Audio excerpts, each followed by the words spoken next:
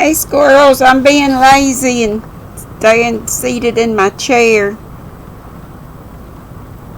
I'm about to forget. Chapter 34. Mr. Hyde goes to his own place and Susan takes a honeymoon.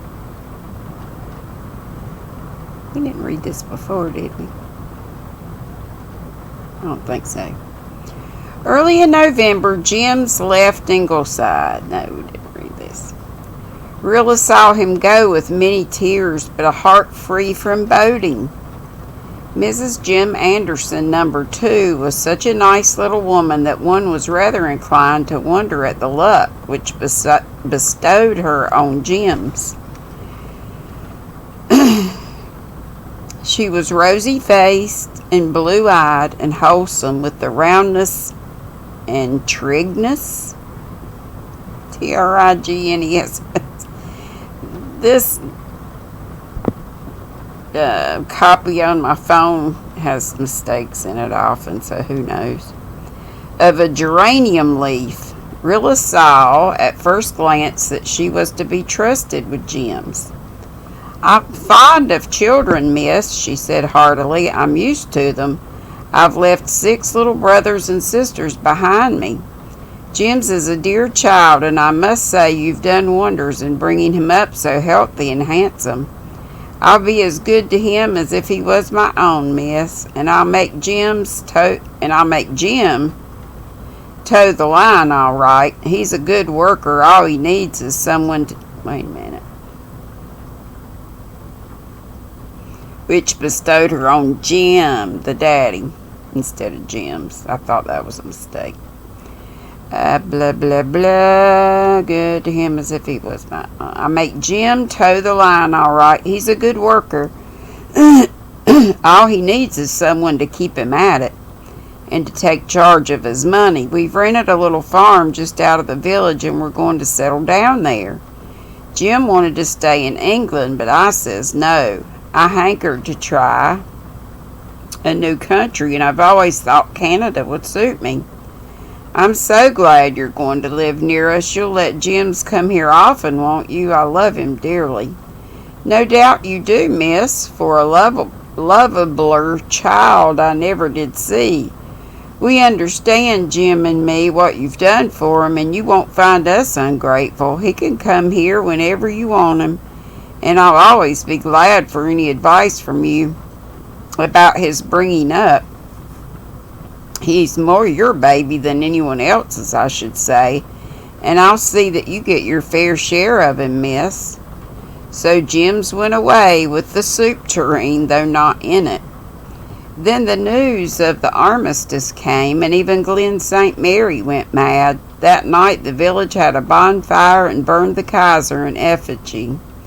The fishing village boys turned out and burned all the sandhills off in one grand, glorious conflagration that extended for 7 miles. Up at Ingleside, Rilla ran laughing to her room. "Now I'm going to do a most unladylike and inexcusable thing," she said, as she pulled her green velvet hat out of its box. "I'm going to kick this hat about the room until it is without form and void, and I shall never, as long as I live, wear anything of that shade of green again." "You certainly kept your vow pluckily," laughed Miss Oliver. "It wasn't pluck, it was sheer obstinacy. I'm rather ashamed of it," said Rilla, kicking joyously. "I wanted to show Mother. It's mean to want to show your own mother. Most unfilial conduct. But I have shown her, and I've shown myself a few things. Oh, Miss Oliver, just for one moment, I'm really feeling quite young again. Young and frivolous and silly. Did I ever say November was an ugly month? Why, it's the most beautiful month in the whole year. Listen to the bells ringing in Rainbow Valley. I never heard them so clearly. They're ringing for peace and new happiness, and all the dear, sweet, sane, homey things that we can have again now, Miss Oliver. Not that I am sane just now. I don't pretend to be. The whole world is having a little crazy spell today. Soon we'll sober down and keep faith and begin to build up our new world. But just for today, let's be mad and glad. Susan came in from the outdoor sunlight, looking supremely satisfied. "Mr. Hyde is gone," she announced. "Gone? Do you mean he's dead, Susan?" "No, Mrs. Dr. dear, that beast is not dead, but you will never see him again. I feel sure of that." "Don't be so mysterious, Susan. What has happened to him?" "Well, Mrs. Dr. dear, he was sitting out on the back steps this afternoon. It was just after the news came that the armistice had been signed, and he was looking his highest. I can assure you he was an awesome-looking beast. All at once, Mrs. Dr. dear, Bruce Meredith came around the corner of the kitchen walking on his stilts. He's been learning to walk on them lately, and he came over to show me how well he could do it. Mr. Hyde just took a look and one bound carried him over the yard fence. Then he went tearing through the maple grove in great leaps, with his ears laid back. You never saw a creature so terrified, Mrs. Dr. dear. He will never return." "Oh, he'll come back, Susan. Probably chastened in spirit by his fright." "We will see, Mrs. Dr. dear, we will see. Remember, the armistice has been signed, and that reminds me that Whiskers on the Moon had a paralytic stroke last night. I'm not saying it's a judgment on him because I'm not in the councils of the Almighty, but one can have one's own thoughts about it. Neither Whiskers on the Moon or Mr. Hyde will be much more heard of in Glen St. Mary, Mrs. Dr. dear, and that you may tie to." Mr. Hyde certainly was heard of no more, as it could hardly have been his fright that kept him away. The Ingleside folk decided that some dark fate of shot or poison had descended on him, except Susan, who believed and continued to affirm that he had merely gone to his own place. Rilla lamented him, for she had been very fond of her stately golden pussy, and liked him quite as well in his weird Hyde moods as in his tame Jekyll ones. "And now, Mrs. Dr. dear," said Susan, "since the fall house cleaning is over and the garden truck is all safe in the cellar, I'm going to take a honeymoon to celebrate the peace." "A honeymoon, Susan?" "Yes, Mrs. Dr. dear. A honeymoon," repeated Susan firmly. "I shall never be able to get a husband, but I'm not going to be cheated out of everything. And a honeymoon I intend to have. I'm going to Charlottetown to visit my married brother and his family. His wife has been ailing all the while, but nobody knows whether she's going to die or not. She never did tell anyone what she was going to do until she did it. That's the main reason why she was never liked in our family, but to be on the safe side, I feel that I should visit her. I've not been in town for over a day for 20 years, and I have a feeling I might as well see one of those moving pictures there's so much talk of, so as not to be wholly out of the swim. But have no fear that I shall be carried away with them, Mrs. Dr. dear. I shall be away a fortnight, if you can spare me so long." And in case you don't know, a fortnight is 2 weeks. I think. I'm often so sure about things, and then I find out I'm wrong. I'm pretty sure. You certainly deserve a good holiday, Susan. Better take a month. That's the proper length for a honeymoon." "No, Mrs. Dr. dear, a fortnight is all I require. Besides, I must be home for at least 3 weeks before Christmas to make the proper preparations. We will have a Christmas that is a Christmas this year, Mrs. Dr. dear. Do you think there's any chance of our boys being home for it? No, I think not, Susan. Both Jim and Shirley write that they don't expect to be home before spring. It may be even midsummer before Shirley comes, but Carl Meredith will be home, and Nan and Di, and we will have a grand celebration once more. We'll set chairs for all, Susan, as you did our first war Christmas. Yes, for all, for my dear lad whose chair must always be vacant, as well as for the other, Susan. It's not likely I would forget to set his place, Mrs. Dr. dear, said Susan, wiping her eyes as she departed to pack up for her honeymoon. And that's it. Let's see here. Did I say 35 was the last chapter?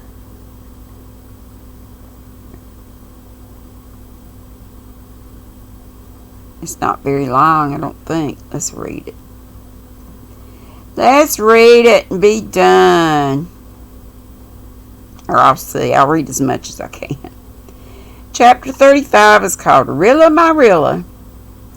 Carl Meredith and Miller Douglas came home just before Christmas, and Glen St. Mary met them at the station with a brass band, borrowed from Lowbridge and speeches of home manufacture. Miller was brisk and beaming in spite of his wooden leg.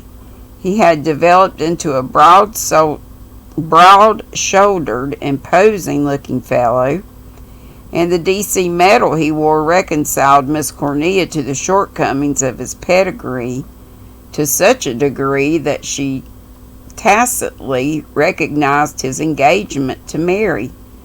The latter put on a few airs, especially when Carter Flagg took Miller into his store as head clerk, but nobody grudged them to her.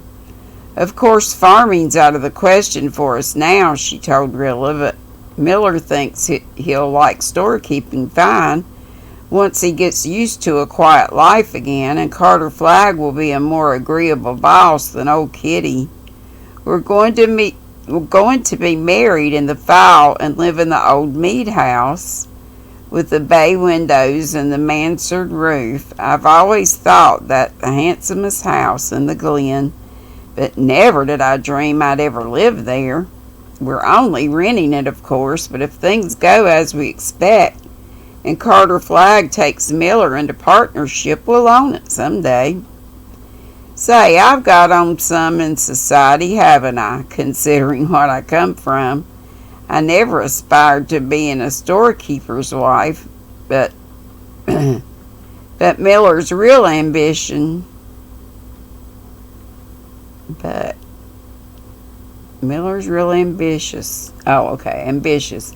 And he'll have a wife that'll back him up. He says he never saw a French girl worth looking at twice, and that his heart beat true to me every moment he was away.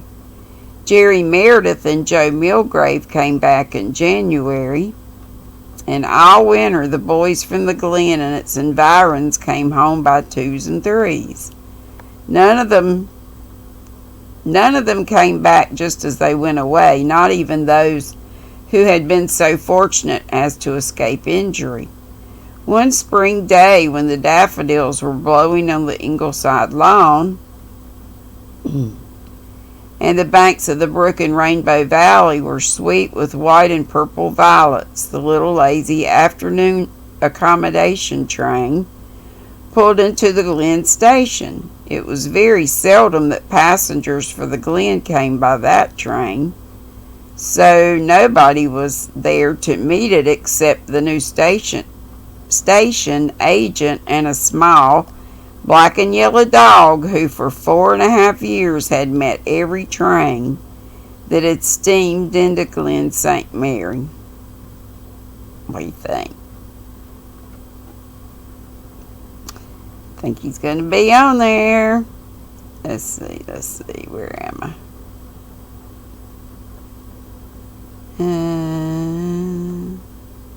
That's him in thousands of trains had Dog Monday met, and never had the boy he waited and watched for returned. Yet still Dog Monday watched on with eyes that never quite lost hope. Perhaps his dog heart failed him at times. He was growing old and rheumatic when he walked back to the kennel after each train had gone. His gait was very sober now. He never trotted, but went slowly with a drooping head and a depressed tail that had quite lost its old saucy uplift. One passenger stepped off the train.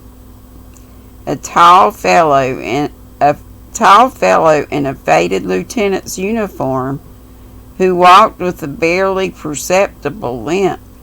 He had a bronzed face, and there were some gray hairs in the ruddy curls that clustered around his forehead. The new station agent looked at him anxiously.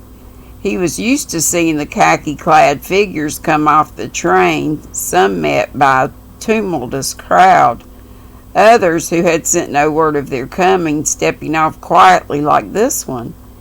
But there was a certain distinction of bearing and features in this soldier that caught his attention and made him wonder a little more interestedly who he was. A black and yellow streak shot past the station agent. Dog Monday stiff? Dog Monday rheumatic? Dog Monday old? Never believe it. Dog Monday was a young pup, gone clean mad with rejuvenating joy. He flung himself against the tall soldier with a bark that choked in his throat from sheer rapture. He flung himself on the ground and writhed in a frenzy of welcome. He tried to climb the soldier's khaki legs and slipped down and groveled in ecstasy that seemed as if it must tear his little body in pieces. He licked his boots, and when the lieutenant had, with laughter on his lips and tears in his eyes, succeeded in gathering the little creature up in his arms, Dog Monday laid his head on the khaki shoulder and licked the sunburned neck, making queer sounds between barks and sobs. The station agent had heard the story of Dog Monday. He knew now who the returned soldier was. Dog Monday's long vigil was ended. Jim Blythe had come home. We are all very happy and sad and thankful, wrote Rilla in her diary a week later, though Susan has not yet recovered. Oh, what's wrong with her? Never will recover, I believe, from the shock of having Jim come home the very night she had, owing to a strenuous day, prepare to pick up supper. I shall never forget the sight of her tearing madly about from pantry to cellar, hunting out stored away goodies just as if anybody cared what was on the table. None of us could eat anyway. It was meat and drink just to look at Jim. Mother seemed afraid to take her eyes off him lest he should vanish out of her sight. It's wonderful to have Jim back and little Dog Monday. Monday refuses to be separated from Jim for the moment.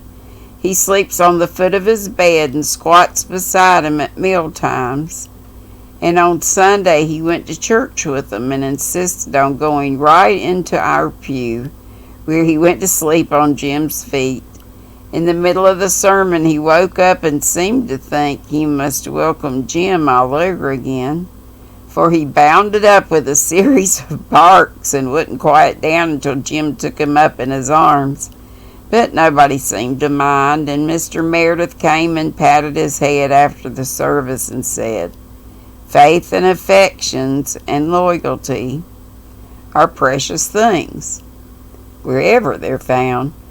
That little dog's love is a treasure, Jim." One night when Jim and I were talking things over in Rainbow Valley, I asked him if he had ever felt afraid at the front. Jim laughed. "Afraid? I was afraid scores of times. sick with fear.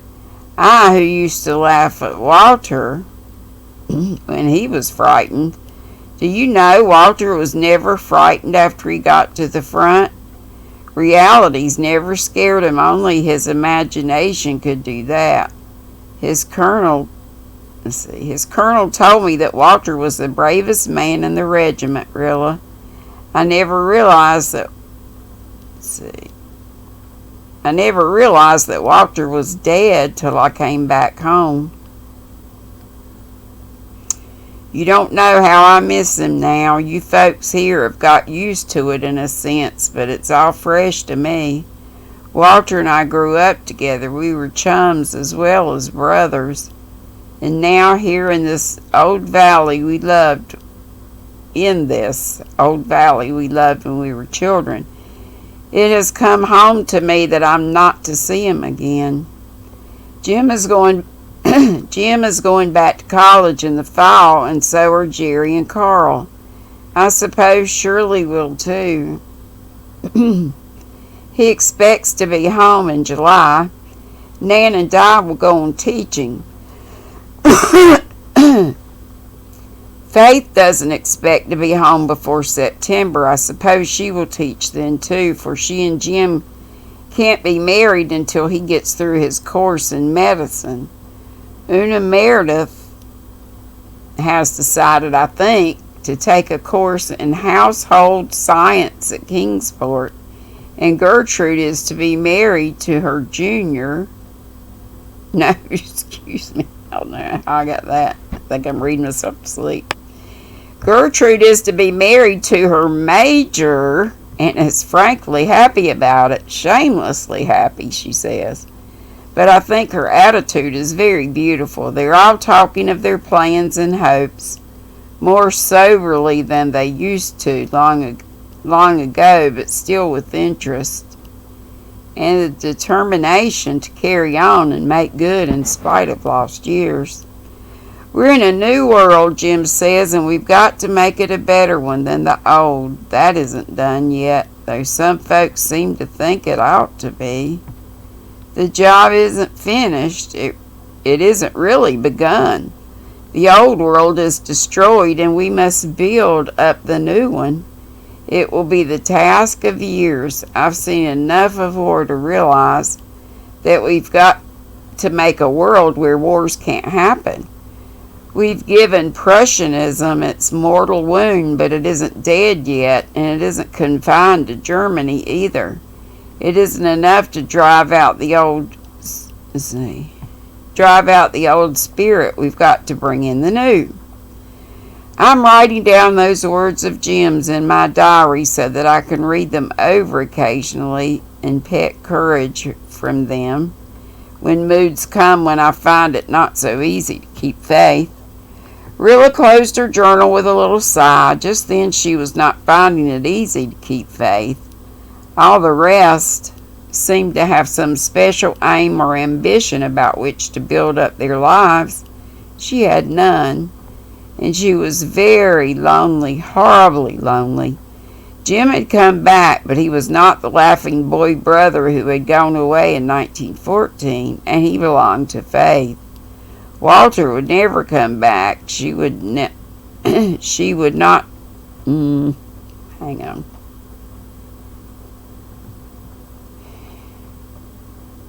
Okay. She had not even Jim's left. All at once, her world seemed wide and empty.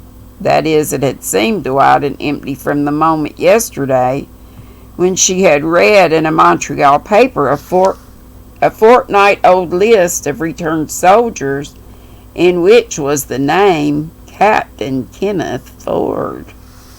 So Ken was home, and he had not even written her that he was coming. He had been in Canada 2 weeks, and she had not a line from him. Of course, he had forgotten if there was ever anything to forget. A hand clasp, a kiss, a look, a promise asked under the influence of a passing emotion. It was all absurd. She had been a silly, romantic, inexperienced goose. Well, she would be wiser in the future, very wise and very discreet and very contemptuous of men and their ways. I suppose I'd better go with Una and take up household science too, she thought, as she stood by her window and looked down through a delicate emerald tangle of young vines on Rainbow Valley, lying in a wonderful lilac light of sunset. There did not seem anything very attractive just then about household science, but with a whole new world waiting to be built, a girl must do something. The doorbell rang. Rilla turned reluctantly stairward. She must answer it. There was no one else in the house, but she hated the idea of callers just then. She went downstairs slowly and opened the front door. A man in khaki was standing on the steps, a tall fellow with dark eyes and hair and a narrow white scar running across his brown cheek. Rilla stared at him foolishly for a moment. Who was it? She ought to know him. There was certainly something very familiar about him. "Rilla, my Rilla," he said. "Ken!" gasped Rilla. Of course it was Ken, but he looked so much older. He was so much changed. That scar, the lines about his eyes and lips. Her thoughts went whirling helplessly. Ken took the uncertain hand she held out and looked at her. The slim Rilla of 4 years ago had rounded out into symmetry. He had left a schoolgirl and he found a woman with wonderful eyes, a tinted lip, and rose-bloom cheek. A woman altogether beautiful and desirable, the woman of his dreams. "Is it Rilla, my Rilla?" he asked meaningly. Emotion shook Rilla from head to foot. Joy, happiness, sorrow, fear. Every passion that had wrung her heart in those 4 long years seemed to surge up in her soul for a moment as the deeps of being were stirred. She had tried to speak. At first voice would not come. Then, "Yeth," said Rilla. And that's the end. The end of all the Ann books, y'all. Oh my gosh. So tomorrow, I never did get the poll done, did I? I never do get stuff done that I say I'm going to, do I? I reckon